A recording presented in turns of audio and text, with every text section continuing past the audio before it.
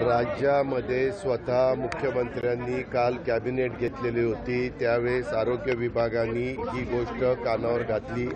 रोजचे रोज आम्ही रिपोर्टिंग घेतोय आणि कोविड वाढू नये म्हणून जी काही खबरदारी घ्यायला पाहिजे तशा प्रकारच्या सूचना सगळ्या सिव्हिल सर्जनला, ज्याला आपण CS म्हणतो, त्यांना आरोग्य विभागाला सगळ्यांना दिलेले आहे।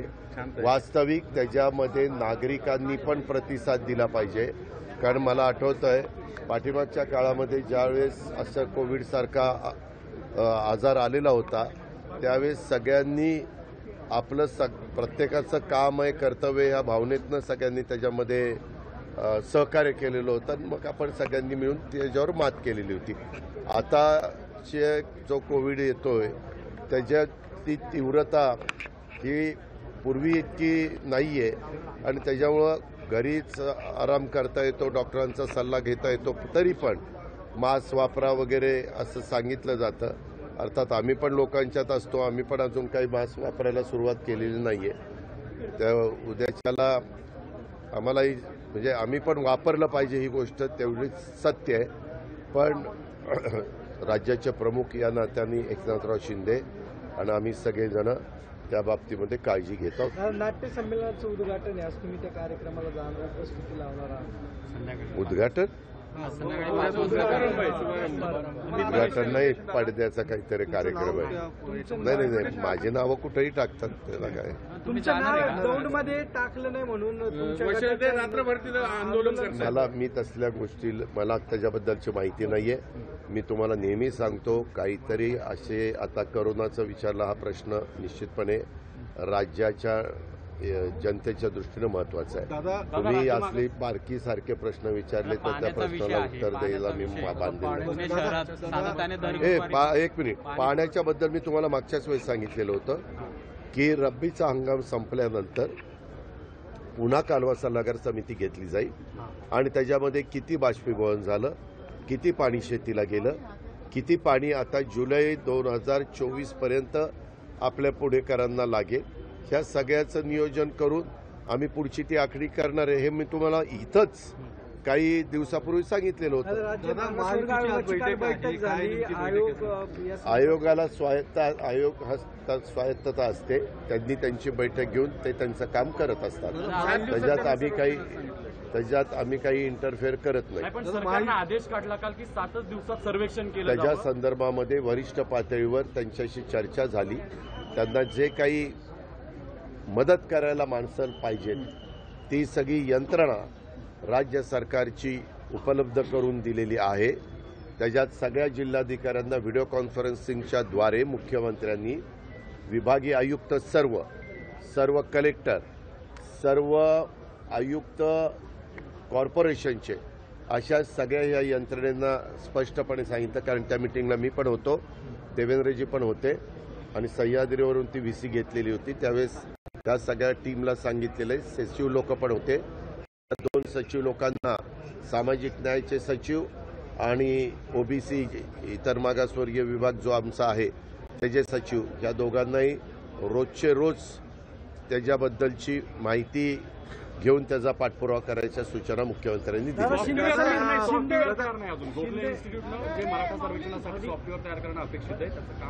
त्यांच्यावर जबाबदारी दिली।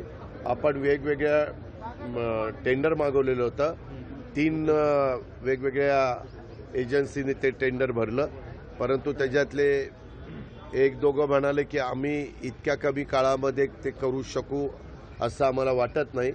गोखले या इन्स्टिट्यूटने सांगितलं आम्ही करू, म्हणून गोखले शिंदे समितीचे जे पदाधिकारी आहेत त्यांना 4.5 लाख रुपये मानधन, बाहेरचे दौरे आणि असं विमान प्रवासाचा खर्च देण्याचं ठरवलंय। आपल्याला काय त्रास होतो एवढा खर्च? एक मिनिट, जो एक अरे बाबा, सर्वसामान्यांचा पैसा कसा खर्च करायचा हे जर चांगलं आम्हाला ज्ञान आहे।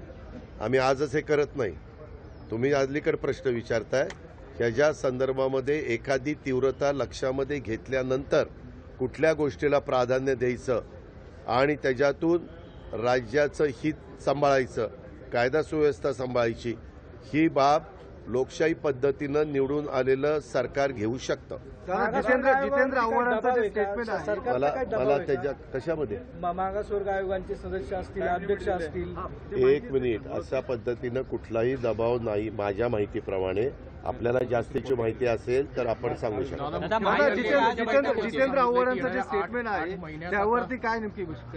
No comments. महायुतीची आज काय कशाला एकनाथ शिंदे म्हटले माझ्याकडे 8 महिने आहेत आता कसले मुख्यमंत्री पदासाठी. आता 8 महिने त्यांच्याकडे राहिले आहेत, अजून फिरावं लागणार आहे, त्याच्यामुळे अजून फिरेल असं ते हे म्हणतात. बाबा, त्यामुळे येत्या काळात त्यांनी कार्यकर्त्यांना काय सांगावं हा त्यांचा अधिकार आहे ना. तुम्हाला त्याच्यात काय वाईट वाटतंय? तुमच्या पोटात का दुखतंय? मला एक कळत नाही. ते आज राज्याचे प्रमुख आहेत.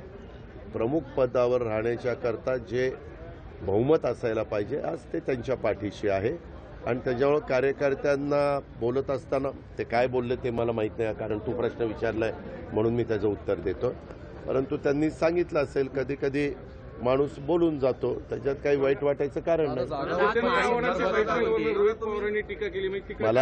मला त्यामध्ये काही बोलायचं नाही. No comments. कशा करता खपल्या उकरून काढायचं काम करताय का? तुमच्या ज्यावेळेस फूट पडलेली नव्हती त्याआधी जितेंद्र आव्हाड असं म्हणाले की दादा पक्षामध्ये दादागिरी करायचे, दादांमुळे अनेक जवळच्या ज्या व्यक्ती होत्या त्या पवार साहेबांपासून लांब गेलेल्या होत्या. ठीक आहे, त्याच्याबद्दल आमचे प्रांताध्यक्ष यांना त्याने उत्तर दिलेलं आहे. तुम्हाला ना हे मी सकाळी 6ला सुरुवात केली, तुम्हाला सगळ्यांना माहिती आहे. मी कामाचा माणूस आहे. असले आलतू फालतू उत्तर द्यायला बांधील नाहीये. तुम्ही कामाचा विचारा. आज इंजिनिअरिंग कॉलेजमध्ये जाऊन मी काय काय केलं ते मला माहिती आहे. तुम्हाला काय पत्रकार मित्रांना पण अशी कामं करणारी माणसं आवडत नाही. एक मिनिट, त्याच्यामध्ये जे काही असले काहीतरी किरकोळ प्रश्न की ज्याला काही अर्थ नाही, 2 दिवस चघळायचं त्याचा चौथा करा. हे बघ, आता हाही प्रश्न हा काही महत्वाचा प्रश्न आहे. निवडून येणाऱ्यालाही माहिती आहे कोण कुणामुळे निवडून आलंय आणि निवडून आणणाऱ्याला माहिती कोण कुणामुळे निवडून आलंय. लोकशाही मराठी ऐका, पहा, जागरूक रहा.